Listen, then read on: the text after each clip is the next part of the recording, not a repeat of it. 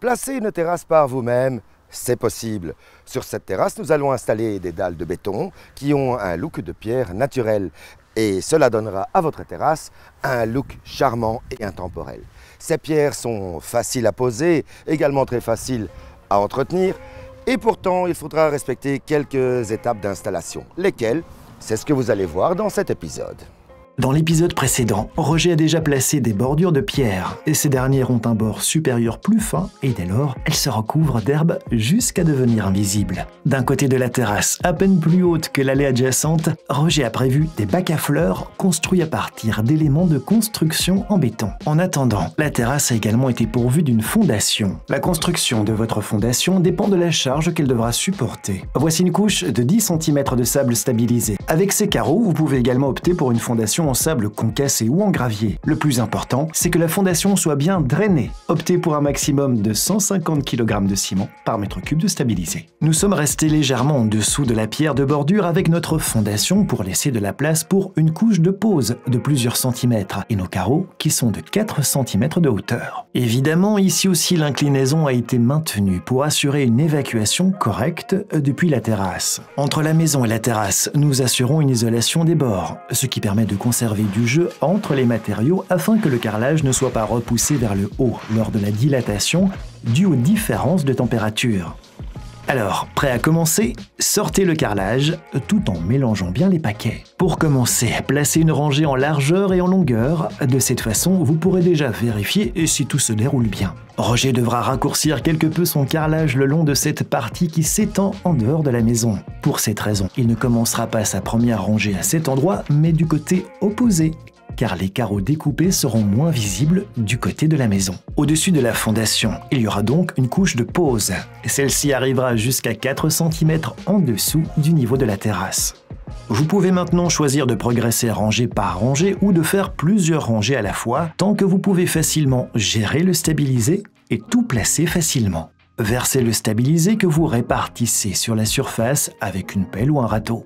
Placez un cordon de tension pour maintenir une hauteur et une inclinaison correcte. Du côté du bac à fleurs, placez un croisillon entre les cordes pour assurer un écoulement dans cette direction. À partir de la corde, vous pourrez mesurer si votre couche de pose est suffisamment élevée.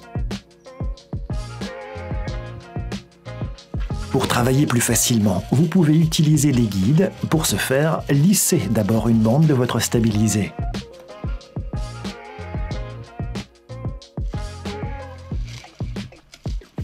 Placez une latte en aluminium sur la bande. Prenez une latte de lissage pour niveler votre couche de pose. Dans la largeur de votre bande de latte, prévoyez une deuxième bande avec un guide. Sur les deux guides, vous lissez ensuite davantage votre stabilisé.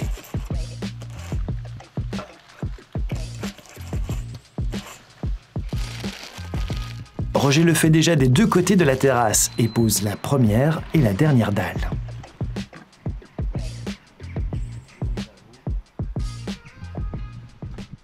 Il procède ensuite au lissage de la couche de pose. Vérifiez régulièrement avec le niveau à bulle.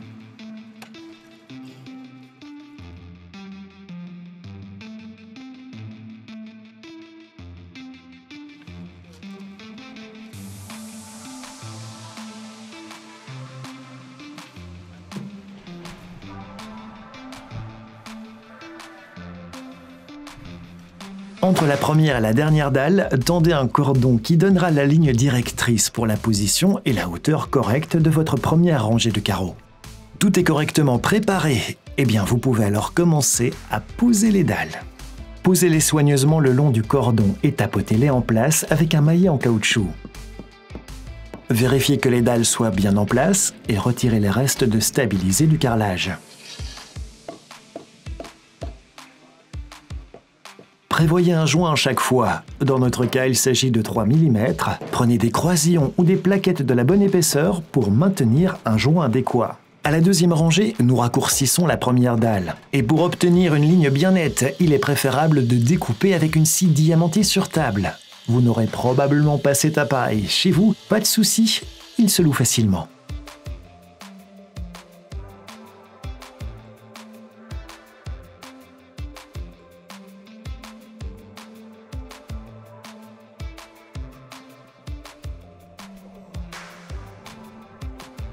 Une première couche de stabilisé a été damée et a eu le temps de bien durcir.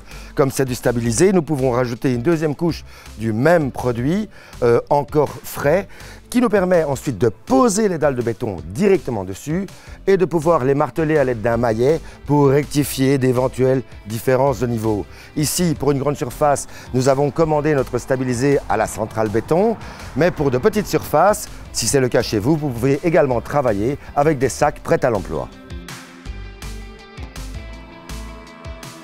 Et pour un travail aussi important, il est préférable de travailler à plusieurs. L'un peut découper les dalles pendant que l'autre les met en place.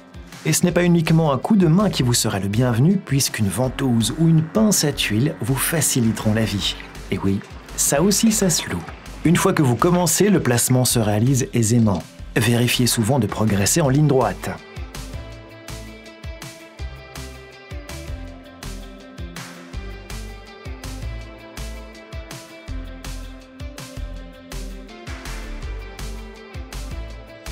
Vérifiez aussi à l'aide du niveau à bulles que vos carreaux soient à niveau. Comme le stabilisé de votre couche de pose n'a pas encore durci, tapotez la dalle avec un maillet en caoutchouc si nécessaire. La forme et les dimensions de votre terrasse ne vous permettront pas toujours d'utiliser des dalles carrées, par exemple de 60 sur 60. Ce qui pourrait se passer, c'est que la chute soit trop petite, la découpe, et cela serait donc plus fragile. Ici, nous avons donc opté pour cette terrasse en L pour des dalles rectangulaires. Nous avons également opté pour une distribution des joints en croix 1/3, 2/3, ce qui permet ici, derrière moi, dans la partie du L, d'éviter une chute trop petite. Et pour obtenir un bon résultat, il est donc essentiel de réfléchir au préalable à la manière dont vous souhaitez tout finir. De cette façon, votre installation se déroulera beaucoup plus facilement. Une fois qu'un certain nombre de rangées sont en place, vous pouvez commencer à placer les dalles des rangées sur le stabilisé qui a été lissé. Ces dalles sont composées de matières premières telles que la pierre naturelle, ce qui va influencer le coloris. Le fabricant a pris soin d'introduire des pigments afin d'uniformiser au maximum les couleurs, mais il se peut que d'une palette à l'autre, le coloris diffère légèrement. Le bon conseil est donc de bien mélanger les différentes dalles des différentes palettes que vous avez reçues.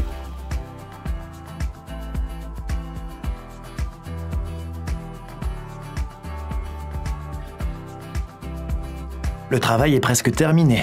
Au bout de la terrasse, les dalles doivent être coupées sur mesure pour être bien ajustées. La scie sur table nous rend bien service. Pensez aussi à votre sécurité. Portez des lunettes de protection, une protection auditive et des gants. Veillez à bien lire les instructions. Et une fois vos carreaux faits sur mesure, pensez à les nettoyer avant de les placer.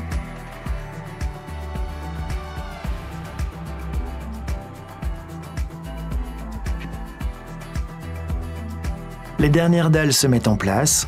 Après cela, il faudra un certain temps pour que tout durcisse bien.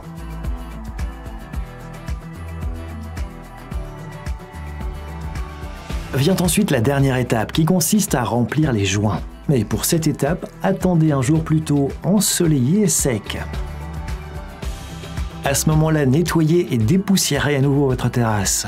Et enlevez bien les pierres ou autres débris des joints si nécessaire. Notre terrasse est maintenant prête à être rejointoyée. Il existe plusieurs types de produits. Nous avons choisi un sable polymère. Ce sable contient des résines synthétiques qui vont le rendre très solide, mais aussi flexible, tout en permettant un excellent drainage. Le produit que vous choisissez dépend de votre dalle et de la taille de votre joint. Comme notre terrasse s'étend sur une grande longueur et est bordée de pierres de bordure, nous prévoyons un joint de dilatation au milieu de la terrasse à l'aide d'un mastic flexible. Pour éviter que le sable ne s'infiltre entre les joints, nous les recouvrons d'abord de ruban adhésif. Ensuite, faites pénétrer les granulés dans les joints à l'aide d'une brosse. L'objectif consiste à remplir complètement le joint avec le sable polymère. Optez pour un fer à joint ou tapotez sur les dalles avec un maillet en caoutchouc pour faire pénétrer les granulés plus en profondeur dans le joint. Essuyez ensuite l'excédent de sable en diagonale sur le joint. Appliquez suffisamment de sable. La quantité dont vous aurez besoin est indiquée sur l'emballage. Remplissez complètement les joints, puis retirez l'excédent de sable. Et vous pouvez repasser les joints avec votre doigt pour qu'ils soient non seulement suffisamment, mais aussi uniformément remplis. Ôtez les grains de sable restants sur la terrasse. Ici, un souffleur de feuilles pourrait servir, surtout pour les dalles avec beaucoup de relief, pour ôter les grains de sable restants. Le sable polymère est bien réparti, mais pour que tout s'assemble bien enfin, il vous faut de l'eau. Prenez un tuyau d'arrosage et mouillez votre terrasse. Travaillez sur de grandes surfaces et versez suffisamment d'eau sur chaque partie. Une fois votre terrasse complètement mouillée, repassez dessus avec de l'eau. Le but, c'est que le sable dans vos joints soit humide et bien jusqu'au fond. Et si des grains de sable s'égarent, nettoyez-les immédiatement pour éviter qu'ils ne collent à votre carrelage, à votre bac à plantes ou encore à vos escaliers. Une fois la terrasse bien mouillée, enlevez l'excédent d'eau avec une raclette. Ou un souffleur de feuilles pourrait également s'avérer utile. Une fois les joints remplis, le ruban isolant peut se découper tout autour de la maison.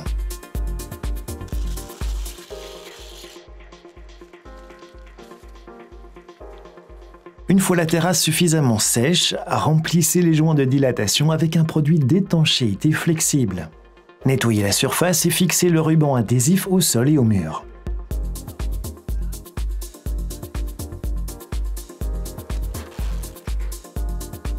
Prévoyez également du ruban adhésif de part et d'autre des dalles de terrasse, là où vous souhaitez créer un joint de dilatation.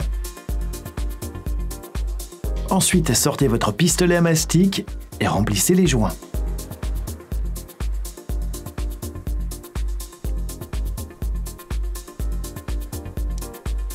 Et remplissez ensuite soigneusement le joint de dilatation de la terrasse elle-même.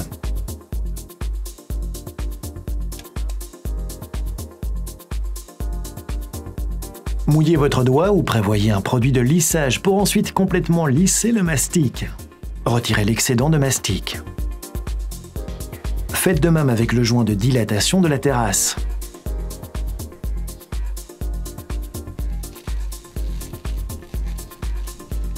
Quant aux bacs à fleurs, ils seront également remplis de terreau. Nous y planterons quelques herbes rustiques qui offriront un joli contraste avec le gris du carrelage.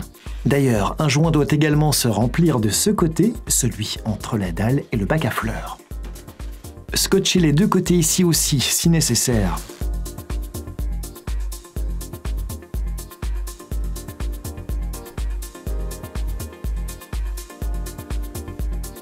Ensuite, remplissez ce joint avec du mastic flexible et lissez-le.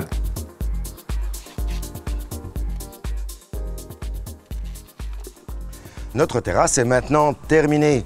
Encore quelques heures de patience et nous pourrons en profiter. S'il venait à demeurer quelques traces de ciment, un simple dissolvant pour ciment résoudra ce problème. La couche de protection de nos dalles en béton va également les protéger contre les traces de graisse et les autres salissures. Cela ne donnera également aucune chance aux dépôts verts et aux mousses. L'entretien sera très simple avec du savon neutre. Veillez à bien lire la notice d'emballage lorsque vous commencez à manipuler un effaceur pour voile de ciment. Diluez le produit dans un peu d'eau et appliquez-le avec une éponge sur les zones voilées. Vous laissez tremper pendant quelques minutes et enfin, vous rincez bien le tout. Avec une bonne préparation, vous pourrez facilement créer votre terrasse vous-même. Et si vous avez choisi de bons produits, vous n'aurez non seulement une terrasse facile à entretenir, aussi également agréable à vivre, mais vous pourrez trouver des solutions, comme ici, une différence de hauteur en créant de jolis bacs à fleurs. Si vous avez raté cet épisode, vous le retrouverez sur le site web dobit.be. Ne manquez pas de vous inscrire à notre magazine en ligne. Et quant à moi, je vous revois pour un prochain épisode.